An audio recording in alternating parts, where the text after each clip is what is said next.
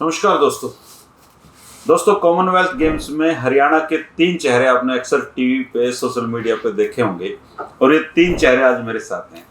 भिवानी से हैं नरेश जाखड़ जी, मेरे पुराने मित्र भी हैं और रिश्ते में भाई भी लगते हैं। राजनारायण पंगाल जी जो काफ़ी पुराने दोस्त हैं और पवन भारद्वाज जी ये भी भिवानी से हैं, ये भी मेरे काफ़ी पुराने पत्रकार मित्र हैं।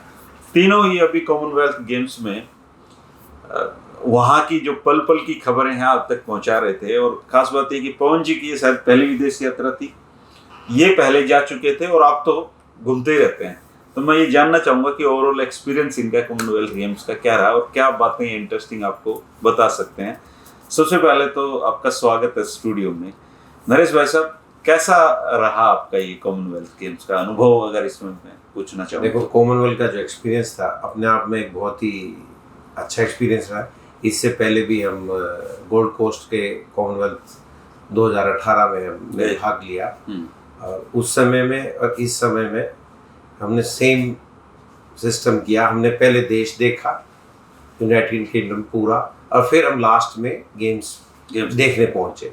तो उससे क्या, पहले देश को समझा, फिर उसके बाद खेलों में शामिल हो। वहाँ पे हर आदमी की इन्वॉल्वमेंट थी, खासकर जो वॉलंटियर्स थे। और वॉलंटियर्स उसमें जवान कम थे, जो बुजुर्ग थे वो बहुत थे, जिसमें अपाहिज भी थे, व्हील चेयर पे भी वॉलंटियर का काम कर रहे थे। और जिसको जो ड्यूटी दी गई वो वहाँ पे था। और एक समय ऐसा हो गया था, हमें इतने दिन रहने के बाद वॉलंटियर्स हमें पर्सनली जानने लग गए थे और हमारा वो अलग से स्वागत करते थे। तो इसका हमें बहुत ही उनका जो गर्मजोशी से स्वागत करते थे उसका बहुत ही हमें भी अच्छा लगता था। और मैच देखने का तो अपने आप में बहुत ही बढ़िया रहा हमारा अनुभव। अच्छा, वहाँ के गांव खेत भी देखे आपने? हाँ, हमें ये मौका मिला, मैं और मेरे छोटे भाई राजनारायण पंगाल, हम स्कॉटलैंड में गए, बहुत इंटीरियर में, जहाँ पे जाना भी बहुत दुर्गम था। वहाँ पे हम रहे, हम 2 रात वहाँ पे निकाली, खेतों के बीच में, और लोगों का रहना सहना सब काम जैसे हमारे यहाँ के किसान काम करते हैं, वही किसान वहाँ पे हाथ से लकड़ी काट रहे हैं। आप मेरे भाई साहब ने शेयर भी किया होगा। और वही बिल्कुल हमारे किसान और उनके किसान में कोई फर्क नहीं है, थोड़ा बस आधुनिकता है और बाकी तो वो बिल्कुल सेम, बिल्कुल जैसे यहाँ का किसान है। हमारे यहाँ पे थोड़े खेतों के जो आकार है वो छोटे हैं, वहाँ पे बड़े हैं। बाकी गाय भैंस नहीं है वहाँ पे, गाय और भेड़ बहुत है वहाँ पे। अच्छा। और ट्रैक्टर सब कुछ सेम और बहुत ही साफ और घने जंगल, और जो खासकर स्कॉटलैंड और वेल्स। तो घर उनके स्टे हुए बने साथ साथ बने हुए या अलग अलग घर होते हैं? नहीं, घर अलग है। और जो पशु हैं, जो जैसे गाय है या भेड़ है, वो एक अलग खुली जगह में रखते हैं, हरा चारा खाते हैं। और वो खुले बिल्कुल, कोई वो नहीं। और वो इनक्लोज उसमें रहते हैं, ये नहीं कि वो कहीं बाहर रोड पे मिलेगी। एक इनक्लोज उसमें परिधि में उनके चारों तरफ उसका फेंसिंग कर रखी है प्रॉपर, और उसमें घूमते रहते हैं। राजनारायण जी, आमतौर पे ऐसा देखा जाता है कि जहाँ पे इतने बड़े आयोजन होते हैं वो लोग उनकी इकोनॉमी को बूस्ट करते हैं या फिर वहाँ पे उनका ज़्यादा मकसद मुनाफा कमाना होता है। तो इस कॉमनवेल्थ में किस तरह का उनका वर्गीकरण था कि उन लोगों ने क्या मुनाफा भी कमाया है इसके माध्यम? जी, सबसे पहले तो हरिधुनी के दर्शकों को नमस्कार। और ये विषय है, अलग है आपके जो विषय होते हैं उनसे, तो धन्यवाद करना चाहूँगा मैं आपका कि खेलों के विषय को। और एक तीनों की हमारी एक खासियत रही कि मैं और नरेश जी एक दर्शक के तौर पे वीज़ा लेके गए थे वहाँ पे, हम इकलौते दर्शक थे भारत से, दर्शक दीर्घा में। और पवन जी पत्रकार के तौर पर एक्रेडिटेशन लेके गए थे। तो तीनों की जो हमारा नज़रिया था वो अलग अलग हमने देखा। और जहाँ तक आपने जो बात की, मुनाफे की बात की, जी हाँ, मुनाफा होता है, लेकिन मुनाफा वहाँ होगा जब आपका पहले ही कंप्लीट इंफ्रास्ट्रक्चर हो। तो वहाँ पे इंफ्रास्ट्रक्चर को बर्मिंघम में बढ़ाया गया और जो खेल हैं उनकी उत्पत्ति इसलिए हुई थी कि हमें खुशी दे सकें। तो उस हैप्पीनेस के बदले में मैं मानता हूँ कि उनका इतना मुनाफा नहीं हुआ होगा। उनका मकसद था लोगों तक इस हैप्पीनेस को लेके जाना, ताकि लोग खेल देखें और वो अपने जीवन में जो कोरोना काल के बाद जो निराशाजनक पोजीशन आई थी, तो उस चीज़ को वो दूर कर सके। और लोकल वहाँ पे जो दर्शक थे वो इस तरह से थे, वो खेल को पसंद करते थे। ये नहीं है कि इस देश के खिलाड़ी को जो खेल स्पोर्ट्स को मतलब अच्छा खेल रहा था जो, तो हमने भी हमारे जो भारतीय खिलाड़ी थे उनको यही कहा कि भी दर्शक दीर्घा में जो ये लोकल जो दर्शक हैं वो भी आपकी तारीफ कर रहे थे, इससे हमारे खिलाड़ियों को भी मोटिवेशन मिला। और हम पहले दर्शक ऐसे थे जो बॉक्सिंग जैसे खेल में सबसे पहले 29 तारीख को हम बॉक्सिंग हॉल में गए थे, और जो 7 तारीख को जब लास्ट जो दर्शक थे जब ताला लगाने लग रहे थे तो मैं और नरेश जी आखिरी दर्शक थे, ताला लगवा के हम बाहर निकले थे। तो पवन जी, आप तो इस पूरे कॉमनवेल्थ गेम में सरप्राइजिंग एंट्री थी हम सब के लिए भी, क्योंकि हम तो ये सोच ही नहीं रहे थे कि आप वहाँ जा रहे हैं, तो एकदम से आप प्रकट हुए कि आप जा रहे हो। तो आपका ये जो पहला दौरा था, आप इसको अगर थोड़े से शब्दों में डिफाइन करो तो क्या मतलब सीख के आए हो आप वहाँ पे? देखिए, पहले तो बात ये है कि मैं एशियन कंट्रीज में तो मैं गया 7-8 देश। अच्छा। यूरोप यानी कि यूके में मेरा पहला दौरा था ये। और सबसे बड़ी बात ये थी कि मुझे हरियाणा से एकमात्र पत्रकार मैं वहाँ पे था, मुझे एक्रेडिटेशन मिला और बड़ी खुशी भी थी। संस्थान ने भी मुझे अवसर दिया कि जाओ और खुल के अपना काम करो। मैं गया वहाँ पे तो अनुभव बड़ा अच्छा रहा, इतने बड़े इवेंट को कवर किया और बड़े जो गोल्ड मेडलिस्ट प्लेयर थे, चाहे वो पीवी सिंधु हो, अमित पंघाल हो, सागर हो, निखत जरीन हो, जो भी हो, उनके मैंने बड़े नज़दीक से इंटरव्यू किए, उनके बारे में स्टडी किया पहले, उसके बाद इंटरव्यू किए, तो अच्छा अनुभव रहा। और ऑल ओवर मैं कहूँगा कि राजनारायण जी का और नरेश जी का मुझे बड़ा साथ मिला। हाँ, ये दोनों थे वहाँ ये क्योंकि और ये परिचित भी ये 18 तारीख को यहाँ से चले गए थे, मैं गया था वहाँ 26 तारीख को जी। 26 को मैं गया, 28 को मैंने ओपनिंग सेरेमनी देखी। तो वो जो ओपनिंग सेरेमनी थी वहाँ पे वो वास्तव में बड़ी शानदार थी और मैं बड़ा प्रभावित हुआ कि वहाँ पे यूसुफजई मलाला ने जो अपना ओपनिंग जो भाषण दिया, अच्छा। उसने हिंदुस्तान की चर्चा की उसने। अच्छा, क्या कहा उन्होंने कहा कि आज पूरी दुनिया में बेटियों को आगे बढ़ाने की आज समय है और पूरी दुनिया को हिंदुस्तान से ये बात सीखनी चाहिए। जिस तरह से वहाँ की हुकूमत बेटियों को आगे बढ़ा रही है, पूरी दुनिया इससे सबक ले और इसी तरह से काम करे। और ओपनिंग सेरेमनी का जो उनका थीम था वो एजुकेशन था, न कि स्पोर्ट्स था। अच्छा जी, वहाँ पे बुक्स की स्टॉल लगाई गई थी और ट्रीज बनाए गए थे बुक्स के, जो इस बात के लिए था कि शिक्षा फर्स्ट, स्पोर्ट्स के साथ शिक्षा फर्स्ट देन स्पोर्ट्स। तो ये भी सीखने को वहाँ पे मिला और बहुत कुछ सीखा, यूरोप के बारे में देखा, नज़दीक से देखा कि वहाँ का जीवन कैसा है और इंफ्रास्ट्रक्चर कैसा है, किस तरह से लोग डिसिप्लिन में रहते हैं और किस तरह से वो लोग आगे बढ़ रहे हैं। सर नरेश भाई साहब, आप तो पूरी दुनिया के बहुत सारे देशों में घूम चुके हो और ये जो यूके है ये एक ऐसा देश है जिन्होंने हम पे बहुत साल राज किया है। तो एक भारतीय जो दिमाग है वो हमेशा ये सोचता है, ये इसकी कल्पना करता है कि वो आज हमारे बारे में क्या सोचते हैं। ऐसी बात नहीं है, आज वो हमारे बारे में ये सोचते हैं कि हिंदुस्तान ने बहुत प्रोग्रेस करी, हमारे स्पोर्ट्स को वो बहुत लाइक करते थे। वो इस चीज़ से बड़े अचंभित होते थे कि हम उनके साथ कितना खुल के बोल पाते हैं, हम उनसे इंग्लिश में बात करते थे, उनके देश के बारे में हमें बताते थे। तो ये उन्हें इस चीज़ का बड़ा आश्चर्य होता था कि क्या ये हिंदुस्तान की शिक्षा में इतना तक पता है कि आम आदमी सोचता है कि यूके एक देश है। तो जैसे हम कहते थे आप वेल्स से हो या आयरलैंड से हो या स्कॉटलैंड है, क्योंकि यूके 4 देशों का समूह बन के एक है, वो तो 3 तो कब्जाए हुए है। तो मतलब उनको इस चीज़ का बड़ा अचंभा होता था। और जो बुजुर्ग आदमी है वो बड़ा आगे बढ़ के, जब हम दोपहर को 3 बजे से और 7 के बीच में एक सेशन ख़त्म होता था, दूसरे सेशन के लिए जब हम धूप में लंच लेते थे तो हमारे पास खुद चल के आके बात करते थे। वो हमारे बारे में पूछते थे, इंडिया के बारे में पूछते थे। वो ये तो कहते थे हाँ ये तो सही है कि आप इंडिया से हो, पर इंडिया के कौन से पार्ट से हो, अच्छा ये पूछते थे। हरियाणा के बारे में अवेयर हैं वो, पंजाब के बारे में ये वो पहले वर्ड ये बोलते थे हाँ आप इंडिया से हो, ये तो हमें पता है, पर इंडिया के कौन से पार्ट से हो। अच्छा, तो हम कहते थे भाई नॉर्थ से है, दिल्ली से कितना दूर हो, तो दिल्ली के आसपास मतलब लोग दिल्ली तो हाँ तो मतलब कहने की बात ये है कि मतलब वो अवेयर थे, जो मतलब 50 to 65 की एज ग्रुप के जो लोग हैं, चाहे वो जेंट्स हैं लेडीज हैं। तो बहुत मतलब हमें मतलब दोपहर को कभी हमें आराम करने का मौका ही नहीं मिलता था, हमारा पूरा बात करने में समय निकल जाता था और इतने में नेक्स्ट सेशन चालू हो जाता।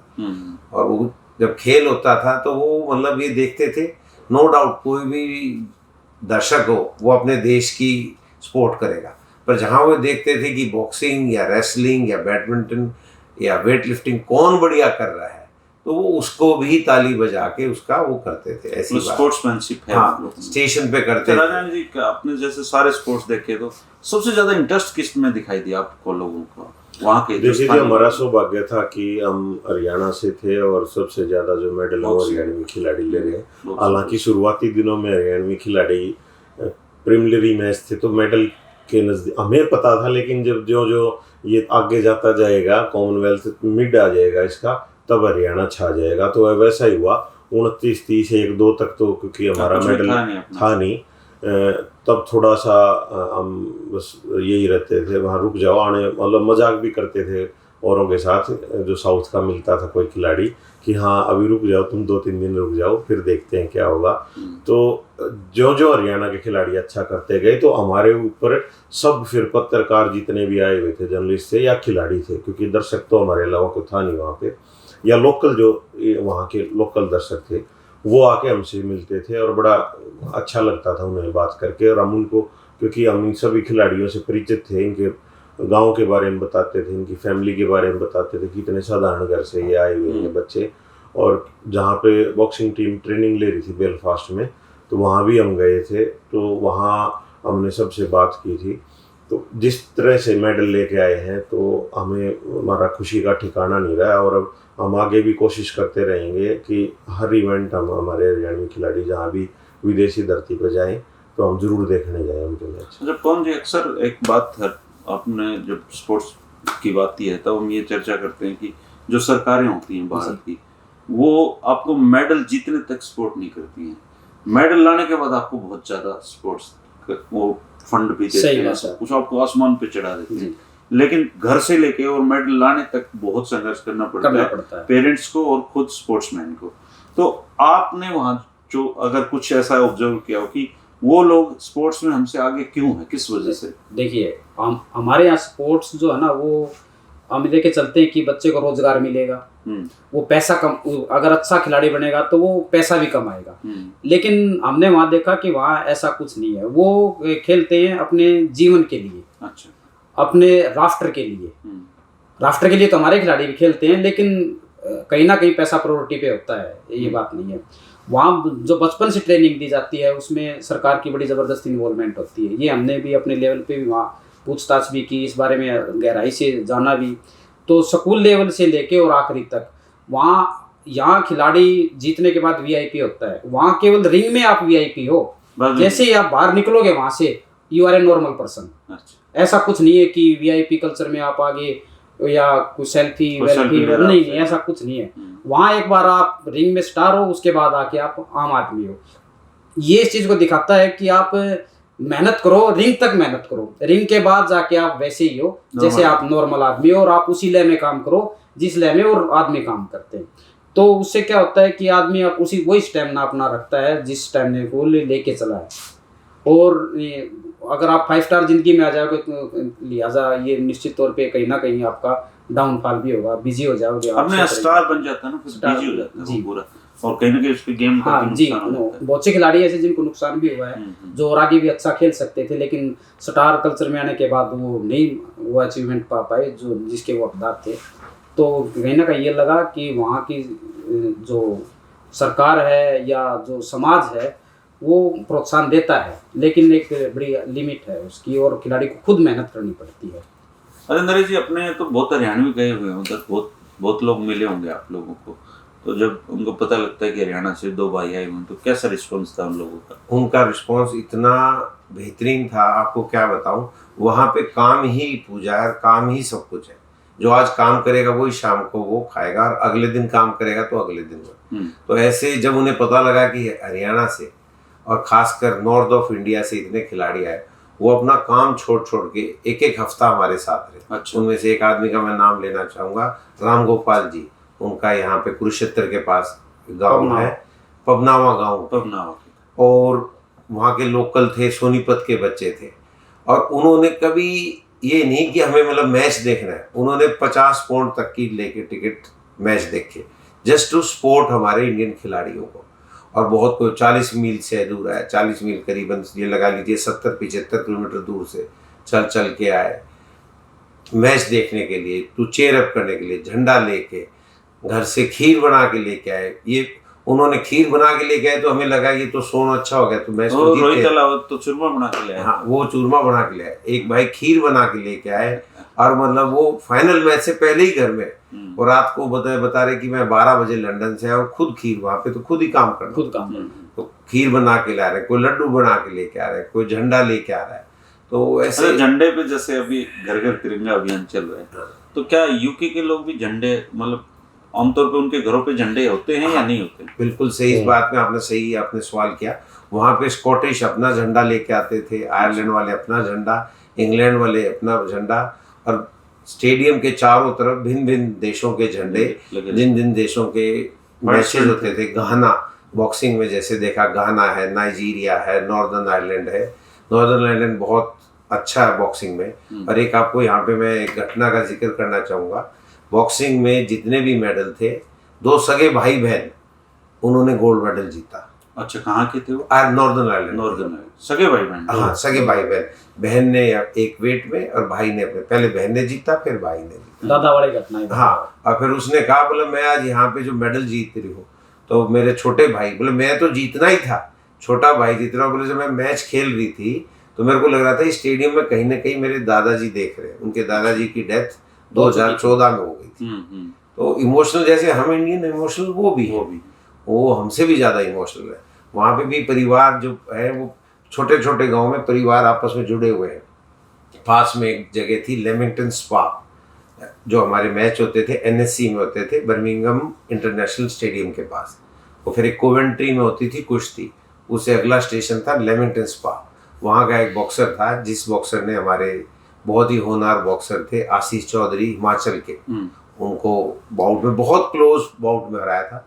तो उनका पूरा परिवार दोपहर को आके बैठ गया था। कम से कम 18-20 परिवार के उनके, जिसे हम मौसी कहते हैं, वहाँ पे आंट कहते हैं, तो पूरा परिवार उनका इकट्ठा होके स्टेडियम में आए थे चेयर अप करने के लिए। तो पूरे फ्लैग्स के साथ आते हैं, पूरा फेस पे देश का झंडा, हमारे भी वो इंडिया का ट्राई कलर जो वॉलंटियर थे वो ले रखे, वो लगा रहे थे यहाँ पे। उनको पता था कि इंडिया के ये डेली आते हैं, तो उन्होंने यहाँ पे लगाया था। उन्होंने भी बड़े चाव से लगवाया वहाँ पे। तो स्टेशन पे जो स्टेशन सुपरिटेंडेंट था, लास्ट डे वो हमसे मिलने आया। रोजाना में मिलता था, लेकिन लास्ट डे वो हमें चीयर अप करने आया कि भाई आपने बहुत अच्छे मैचेस खेले, आपने बहुत अच्छी परफॉर्मेंस दी। तो रिकग्निशन बहुत जगह मिली, बहुत जगह। जपन जी, जैसे भारत के लोग तो ना, कहीं आप पत्रकार हो तो थोड़ा सा पाकिस्तान के नजरिए से हम जरूर कहीं ना कहीं जाते हैं तो देखते हैं, तो आपको कुछ पाकिस्तान और भारत की दोस्ताना कुछ दिखा वहाँ पे? हाँ, फोटो दूंगा मैं आपको। है, ऐसी बात नहीं थी वहाँ। देखिए, ये तो कटुता यहाँ है, वहाँ जाके ऐसा नहीं है। अगर होगा तो बहुत गहरे लेवल पे होगा, लेकिन ऊपरी तौर पे नहीं दिखाई दिया हमें तो ऐसा कुछ भी, क्योंकि तो आपको पाकिस्तानी हरियाणवी बोलने वाला भी मिला? नहीं, ऐसा तो नहीं मिला। लेकिन जब हम गाड़ी में लास्ट टाइम, जब हम बर्मिंघम से हिथरो के लिए चले, तो जो हमारी गाड़ी का ड्राइवर था वो रावलपिंडी का था। अच्छा। इसरार। तो वो इतना खुश हुआ कि कहा जी मेरा मन बड़ा प्रसन्न हुआ है और मैं आप लोगों को रास्ते में जो है ना ट्रीट देना चाहता हूँ। अच्छा। तो उसने हमें ठंडा पिलाया, जूस पिलाया, एयरपोर्ट तक हमारी इतनी, उसने इंडिया की बातें पूछी, अपनी बातें बताई, कैसी कैसी क्या बात थी, लेकिन हमें कुछ ऐसा नहीं लगा। मैं आपको एक छोटा सा वाक्य बताऊंगा। जिस दिन ओपनिंग थी गेम्स की, तो मेरे लिए तो बर्मिंघम बिल्कुल ही नया था स्वाभाविक तौर पे। तो मेरे को किसी ने कहा कि तुम है ना अब न्यू स्ट्रीट रेलवे स्टेशन आ जाओ। अच्छा। तो मैं अलेक्जेंडर स्टेडियम से निकल के, और वो जो बस स्टॉप था वहाँ खड़ा था मैं जाने के लिए। तो मेरे को समझ में नहीं आ रहा था कि मैं कौन सी बस मैं पकड़ूँ। तो वहाँ एक बाबा आए, उनकी एज थी अबाउट 90। तो आए, उन्होंने मुझे झट पहचान लिया कि ये जो है ना, या इंडिया का है या पाकिस्तान का है। तो उन्होंने पंजाबी में कहा कित्थों आया तू? तो मैंने कहा जी मैं इंडिया से आया हूँ और मैं जर्नलिस्ट हूँ, यहाँ आया हूँ। और कहाँ जाना है? मैंने कहा जी मेरे को न्यू बर्मिंघम स्ट्रीट जाना है। तो उसने कहा कि यहाँ से तू 81 बस पकड़ और इसको वहाँ छोड़ना और वहाँ जाना तू। फिर मैंने कहा बाबा जी आप कहाँ से हो? तो उसने बताया मैं इस्लामाबाद से हूँ। अच्छा। हाँ। तो मैंने कहा आपको, वो तो काफी सुने से। हाँ, मैंने उनसे पूछा कि आप कब आए थे? बोले मैं 1957 में आ गया था। 57। बोले हम रहते इंडिया में थे, लेकिन पार्टीशन के बाद हम 10 ही साल रहे, उसके बाद हम यहाँ आ गए थे और मैं 3 ही बार पाकिस्तान गया हूँ। अच्छा। लेकिन उसने मेरे को बड़ा कोऑपरेट किया। और जब उसने मेरे से पूछा कि आप दिल्ली कैसी है, कहाँ रहते हो तुम? मैंने तो मेरे को याद है उनकी ताजा मैंने उनको बताया कि मैं रोहतक रहता हूँ। बोला रोहतक तो होगा दिल्ली से कोई 35-40 किलोमीटर दूर है। तो याद थी उनको, ये बात थी, तो बताया याद है तो पीछा नहीं छोड़ती। अब एक मार्केट भी गए ना आपको, सब्जी मंडी गया? मैं गया, जैसे टाइम मिल गया तो न्यू स्ट्रीट्स, जो वहाँ मेन स्टेशन जहाँ से सभी स्टेडियम्स के लिए ट्रेन और बस मिलती थी, वो न्यू स्ट्रीट स्टेशन था। अच्छा। तो उस दिन बाई द वे न पंगाल साहब मेरे साथ थे, न जाखड़ साहब मेरे साथ थे, और एक डीडी न्यूज़ के अपने जर्नलिस्ट हैं शुक्ला जी, मुकेश शुक्ला जी, हम दोनों साथ थे। तो मैंने कहा टाइम में चलो घूमते हैं थोड़ा मार्केट में। बोला चलो। तो हम जैसे ही नीचे उतरे तो वहाँ सब्जी मंडी दिखाई दी हमें। अच्छा। तो मैंने कहा चलो सब्जी मंडी तो देख ले इंग्लैंड की कैसी है। तो सब्जी मंडी तो अपने जैसे नॉर्मल सब्जी मंडी वैसे ही 2 पाउंड 3 पाउंड ऑनियन लेमन ऐसे ही रुके। तो हमने वहाँ रुक के देखा, जाके देखा तो वहाँ मोस्टली इंडियन और पाकिस्तानी ही सब जो सेलर थे। अच्छा। तो हमने पूछा भी यहाँ कैसे कैसे क्या होता है? बोला यहाँ केजी में नहीं होता है, अच्छा। यहाँ पीसीज में होता है। गोभी का 1 पीस, प्याज के 3 पीस, 6 पीस की पैकिंग टुकड़ों में उस तरह से वो दे रहे थे। लेकिन स्टाइल वही थी। पेठा नजर नहीं आया, लेकिन और सब्जियां घिया वगैरह सारी यही थी। अपने पेठा और घिया तो मुझे लगता है। और साथ में वहाँ पे तिब्बत मार्केट भी थी, जैसे अपने दिल्ली में तिब्बत मार्केट लगती है और शहरों में लगती है, वैसे तिब्बत मार्केट भी थी। मैं वो बात और जोड़ना चाहूंगा कि जैसे वो हरियाणवी भाई को पता लगा कि हरियाणा से आए हुए हैं, वो बोला जी होटल नहीं लेना आपको, होटल नहीं लेना है आपको, मेरे घर रुकोगे। भाई हम बाहर जाते तो यही देखते ना भी होटल लेना पड़ेगा, होटल में ही रुकेंगे, कैसे किसके घर रुक जाए। उसकी जो वाइफ है वो ब्रिस्टल शहर है वहाँ पे लगी हुई है नेशनल हेल्थ सर्विस स्कीम में। तो उसने कहा कि 2 हफ्ते मेरे गेस्ट आए हुए हैं तो आना मत तू। तो हम तीनों को वो अपने घर ले गया और 3 बेडरूम का घर था उसने, और बोला जी यहीं सुबह मैं जाऊंगा शाम को आऊंगा, आपको दिन में जो खाना वाना जो यहाँ से चले जाना, खुला छोड़ जाना घर को, कोई दिक्कत नहीं है। वो हमें ऐसा लगा ही नहीं कि हम कहीं बाहर रह रहे हैं। अच्छा, एक चीज और चर्चा में जाकर सब, वहाँ गर्मी बहुत पड़ रही बता रहे हैं आजकल जी। मतलब ऐसा सुनने में आता है अंग्रेज तो ठंडी में रहने की, वहाँ गर्मी ज्यादा थी। मैं राजनारायण भाई, हमें मतलब सौभाग्य प्राप्त होगा कि जो इतिहास में जो सबसे गर्म दिन था उस दिन 19 अगस्त को हम लंदन की खुली बस में यात्रा करे थे, जो एक ओपन एयर बस होती है, उस होते hop on and hop off बस। उसका एक टिकट बनती है 24 घंटे की, एक बनती है 48 घंटे। अच्छा। आप किसी भी स्टॉप पे उतरो और किसी भी स्टॉप पे चढ़ो, वो टिकट उसकी मान्य है।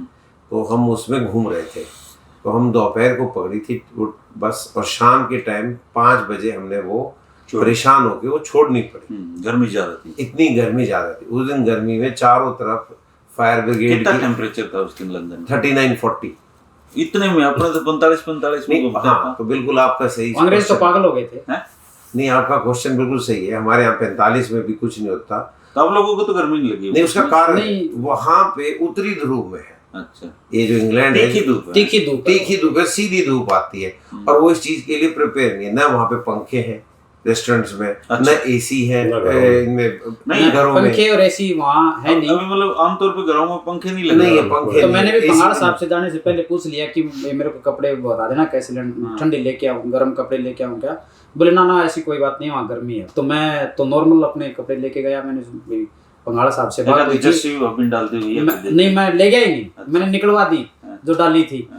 तो वहाँ गया तो एक दिन जैसे बता रहे थे गर्मी थी, नेक्स्ट डे वहाँ पे टेम्परेचर 18 डिग्री आ गया। अच्छा। ठंड होगी। तो रात को थड़ फिर मैंने डबल वो टी शर्ट की। मैंने कहा पंगाल साहब आपने मरवा दिया, हम तो कपड़े इसलिए लेके गए थे क्योंकि हमें स्कॉटलैंड की यात्रा करनी थी, पहाड़ में जाना था। अच्छा, एक चीज और आप मुझे बताइए, शेक्सपियर का घर देखा? हाँ जी, शेक्सपियर का घर स्टैटफोर्ड। अगर वो ना होते तो भारत के बहुत से लोग अंग्रेजी में एमए इंग्लिश कर दिया। देखिए वहाँ जो सबसे अच्छी चीज शेक्सपियर के मकान को देख के या वहाँ उस कस्बे को देख के लगे ना, ये लगी कि जिस तरह से उन लोगों ने शेक्सपियर की धरोहर को बचा रखा है और संरक्षण दिया है, उस पूरे कस्बे को डेवलप किया, आप देखोगे तो बेहद शानदार।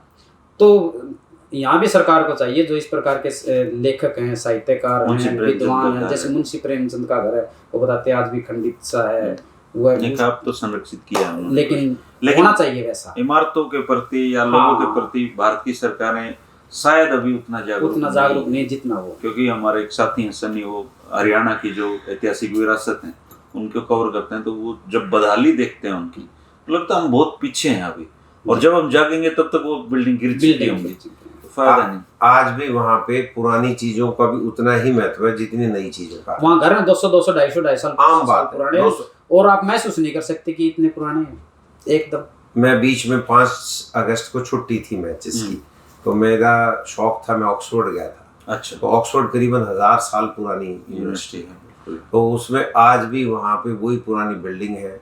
वहाँ पे हॉस्टल में 500 साल पुराने रिकॉर्ड हैं। और मैं और राजनारायण भाई अंदर गए थे जब स्कॉटलैंड में, वहाँ पे नहरों का जाल बिछा हुआ है, कैंडोनेलियन कैनाल्स कहते हैं उन्हें। और यहाँ पे ऑक्सफोर्ड के आसपास, बर्मिंघम के आसपास, बेनबरी के आसपास, और वो लॉक सिस्टम है, जैसे स्वेज कैनाल में लॉक सिस्टम है।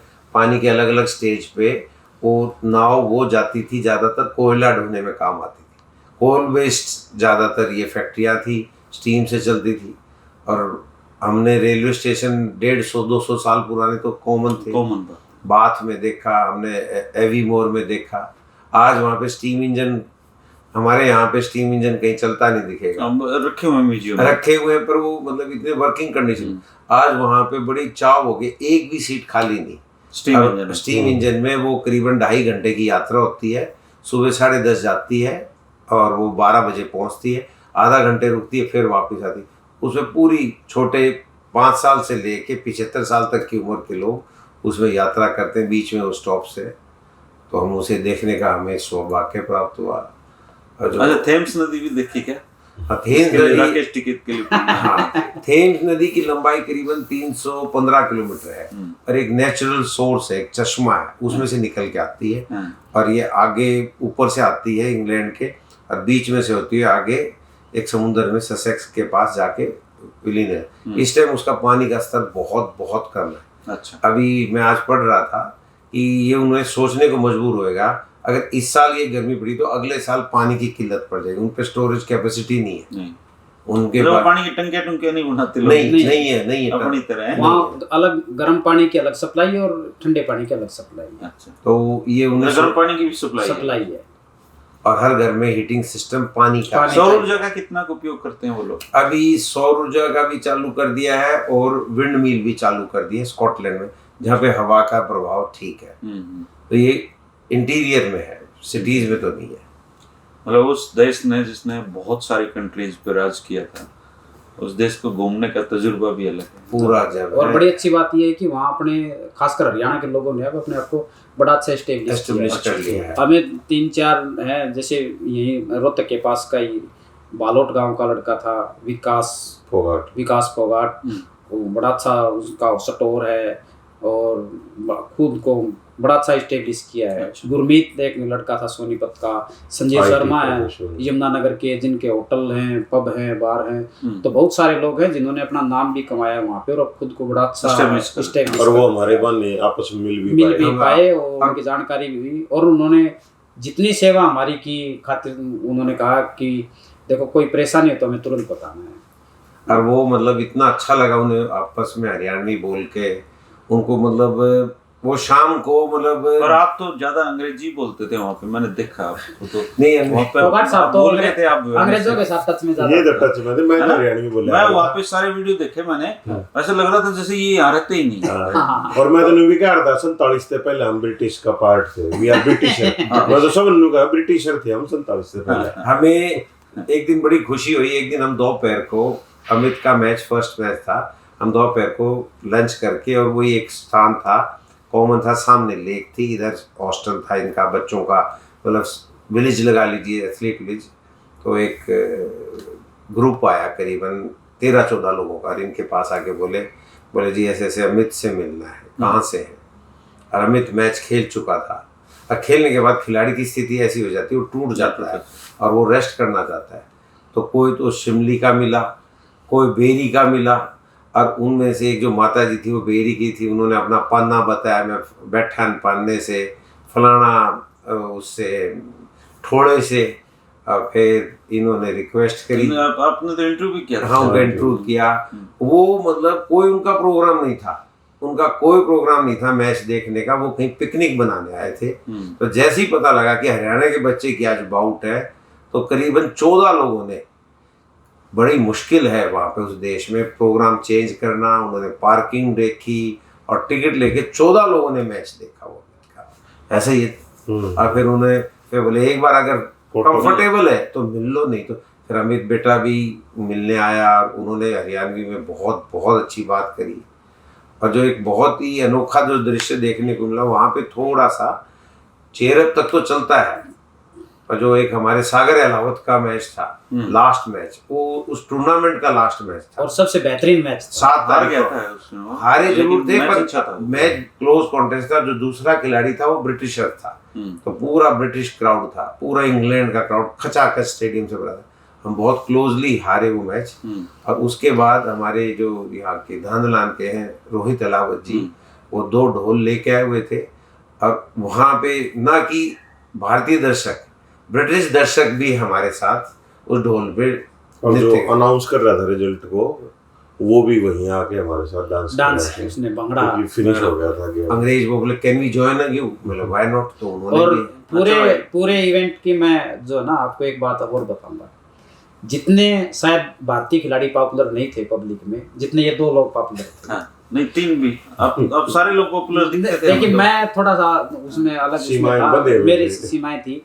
जितनी सेल्फी खिलाड़ियों के साथ नहीं, उतनी जाखड़ साहब के साथ हुई है। ये तो यहाँ मैं एनईसी के रेलवे स्टेशन की बात बताता हूँ, मेरे पास वीडियो भी है मोबाइल में, आप देखेंगे तकरीबन 150 लोग जाखड़ साहब के पीछे पीछे इंडिया इंडिया बच्चे मैच देखने आए थे, सेल्फी के नारे लगाते थे, और जाखड़ साहब को भाग के पीछा छुड़ाना पड़ा बच्चों को, मैच रह जाएगा, क्योंकि मैच का ज्यादा इम्पोर्टेंट था। तो इस तरह रिकॉग्निशन बहुत दी, और मतलब इंडिया का क्रेज है लोग। और वहाँ के जो वॉलंटियर थे ना, वो सबको रोकते थे, सबके बाकायदा स्कैनिंग करते थे, इनको कुछ नहीं कहते थे, खेल प्रेम कम कम कम कम कम योर टीम कोई टिकट नहीं देखते थे इनकी।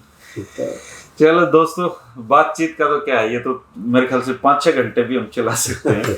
लेकिन अच्छा अनुभव रहा। 3 हरियाणा के लोग अभी कॉमनवेल्थ गेम्स देखने गए, उसको कवर किया, और उसकी बहुत सारी यादें हमारे पास लेकर आए हैं। और जब भी हम बाहर जाते हैं कुछ ना कुछ सीखते ही हैं, लेकिन कोशिश करें कि अपने बच्चों को कभी कभी बाहर भेजा करें। और मुझे आज भी याद है चौटाला साहब का एक छोटा सा, मैंने उनसे पूछा था एक बार कि आप जिंदगी में इतना तजुर्बा जो आपका विचारों में परिपक्वता है वो इतनी क्यों हो पाई। तो उन्होंने कहा कि मैं पढ़ने लिखने में मेरी कोई खास दिलचस्पी नहीं थी, लेकिन मेरे पिताजी चौधरी देवी ललित ने घूमने फिरने के शौकीन थे कि वो हर छुट्टियों में हमें पैसे दिया करते सारे भाइयों को, और कहते थे तुम अपने स्तर पे कहीं भी घूम के आओ। वो और हम बोला जो 1 महीने की यात्राएं करते थे, उसने हमें जीवन का बड़ा एक दृष्टिकोण सोचने के लिए दिया। तो शायद यात्राओं से दृष्टिकोण बढ़ता है, या तो यात्राएं करें या किताब पढ़ें, ये 2 ही जरिए हैं। तो आप कोई सवाल इनसे उनकी यात्रा का पूछना चाहते हैं तो पूछ सकते हैं। आप सबका स्टूडियो में आने पर बहुत बहुत शुक्रिया। आपके दर्शकों का भी धन्यवाद।